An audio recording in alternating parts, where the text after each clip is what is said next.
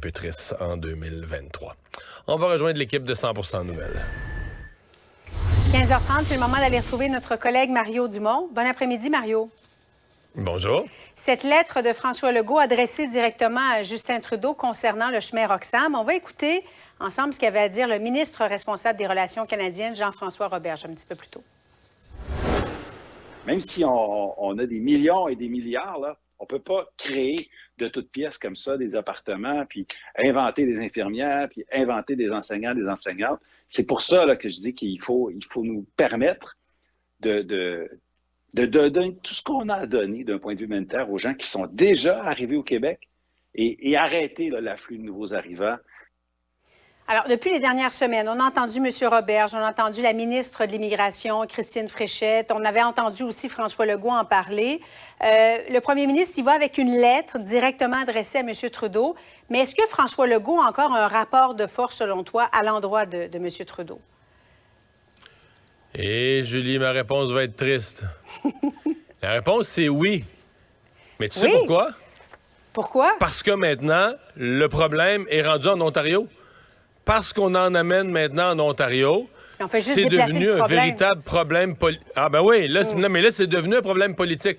Les grands médias du Canada anglais, qui ont toujours présenté le chemin Roxham comme... on est habitués, là, ça c'est le chialage des Québécois qui sont un peu racistes. Puis là, c'est ça, puis ils n'aiment pas bien ça recevoir des migrants. Oups! Tout à coup, là, quand des milliers se retrouvent en Ontario par la force des choses, parce qu'au Québec, même les organismes d'accueil, tout le monde dit on peut plus, là, on n'est plus capable, ça déborde. Là, il y en a quelques milliers en Ontario. Tout à coup, hey là, Trudeau, faut que tu t'occupes de ça. Puis là, c'est un vrai problème. Puis la frontière... Et à cause de ça, oui, parce que le problème est devenu un problème qui touche l'Ontario aussi, oui, ça donne un rapport de force à François Legault. Oui, parce que l'Ontario n'est pas très ouverte non plus à les accueillir. Ben, tout le monde est ouvert à accueillir les réfugiés. Là. Quand il y avait la guerre en Syrie, puis les gens étaient dans des camps, on voyait une nouvelle des gens qui étaient dans des camps, puis les enfants ne pouvaient pas aller à l'école. C'est sûr qu'on se disait, on peut prendre notre part. Nous, si tous les pays se partagent un peu l'accueil de ces gens-là, on va prendre notre part. On va leur trouver une place dans les écoles. C'est ça le principe d'accueillir des réfugiés. Mais Julie, c'est difficile de trouver ça normal, ce qui se passe. Ça rentre là par un chemin, on voit les images. Là, maintenant, on sait qu'il y a des douaniers aux États-Unis qui ont collaboré. Il y a le maire de New York qui a payé des autobus. À un moment donné, tu dis, c'est une comédie. Là. Nous, on est les dindons de la farce, mais la farce est énorme, est organisée. Et tous ces migrants-là rentrent au Québec. On n'est même pas sûr que c'est tous des vrais demandeurs du statut de réfugié d'ailleurs. C'est-à-dire qu'il y en a là-dedans qui viennent de pays où, on avait la liste des pays il y a quelques semaines. Il y en a qui viennent de pays où il n'y a pas la guerre. Bon, peut-être qu'eux, ils ont vécu quelque chose de particulier, ils sont en danger dans leur pays. Mais peut-être pas pantoute non plus. Peut-être qu'ils se disent juste, hey, tabarouette, le Canada, plus beau pays du monde, on rentre par là, il y a un petit chemin, tu rentres par là, mon cher ami, la vie est belle. Fait que ça n'a pas d'allure. Fait qu'il faut vraiment que ça cesse. Et la lettre de François Legault répète les grands arguments, puis elle arrive à un moment, là, un mois avant, un petit peu moins qu'un mois avant la visite de Joe Biden, un moment clé. Là. Si le gouvernement de M. Trudeau, il y a un moment où ils se disent, regarde, on met ça en priorité, il faut qu'on règle ça avec les Américains, bien c'est maintenant. Est-ce que Doug Ford va aller s'allumer un cigare avec Dominique Leblanc? Peut-être ça aiderait dans ce cas-ci. Oui. Bon, ingérence de la Chine, Mario, dans le Globe and Mail, encore aujourd'hui, parce qu'il y avait un dossier vendredi, on apprend qu'aujourd'hui, c'est pas seulement la classe politique qui est visée, mais aussi le monde des affaires. J'ai parlé tout à l'heure au député de Mégantic-L'Érable du Parti conservateur, Luc Berthold. On va l'écouter ensemble. À partir du moment où il y a un seul comté, où il y a eu une différence, où on a laissé un autre pays s'ingérer dans nos élections, il y a lieu qu'on enquête. Et j'ai été un peu abasourdi par la réaction de M. Trudeau la semaine dernière, qui s'inquiétait des fuites du Service canadien de renseignement de la sécurité plutôt que du jeu d'influence du régime communiste chinois dans nos élections.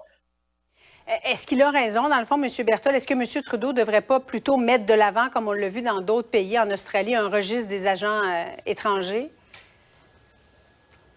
Il n'y aura pas le choix de faire quelque chose de ça ou d'autre chose, mais je pense que M. Trudeau a eu une première réaction. Remarque, Julie, M. Trudeau n'avait pas complètement tort de dire que c'est pas normal que nos dossiers de services de renseignement se retrouvent à la une du Globe and Mail. Mais de l'autre côté, on se dit, OK, si des gens qui travaillent dans les services secrets de ce genre-là coulent les informations, ça en dit long sur comment ils sont découragés, là, à quel point ils sont outrés de ce qui se passe ou de ce qui se passe pas, en fait, des gens qui se disent, regarde, là, on a une puissance étrangère qui joue dans nos élections. On a fait une présentation aux membres du gouvernement il y a plusieurs mois, puis il se passe rien. Et, tu sais, trouve-moi une autre raison pourquoi quelqu'un aurait coulé ça au Globe and Mail, là. Puis c'est parce qu'on est inquiet. Ben, c'est parce qu'on considère qu'il ne se passe rien. Donc, il y a une pression énorme sur M. Trudeau qui va devoir poser des gestes. Moi, j'ai pas de doute. Probablement qu'à ce point-ci, il n'est pas prêt, sa stratégie n'est pas toute développée, puis il gagne du temps. Mais je vois pas comment...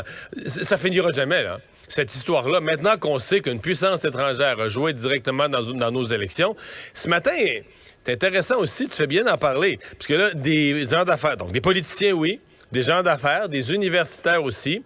Le régime communiste chinois qui veut se faire dire par ses yeux et ses oreilles en territoire canadien, quand est-ce que ces gens-là voyagent pour bien les accueillir? Et là, dans l'accueil, il y a toutes sortes d'hypothèses là, de piratage informatique, de les acheter carrément, là, de corruption financière, mais aussi de corruption ou d'appâtage sexuel, là. Que peut-être que dans ton voyage, il y a une jolie jeune femme qui va se repasser. Si t'es un gars, une jolie jeune femme va se retrouver sur ton passage, là. Fait que, tu sais, c'est James Bond un peu, mais c'est quand même nos services secrets constatent ça, là. Tu sais, je sais que ça fait scène de film, mais nos services secrets disent on est rendu là présentement.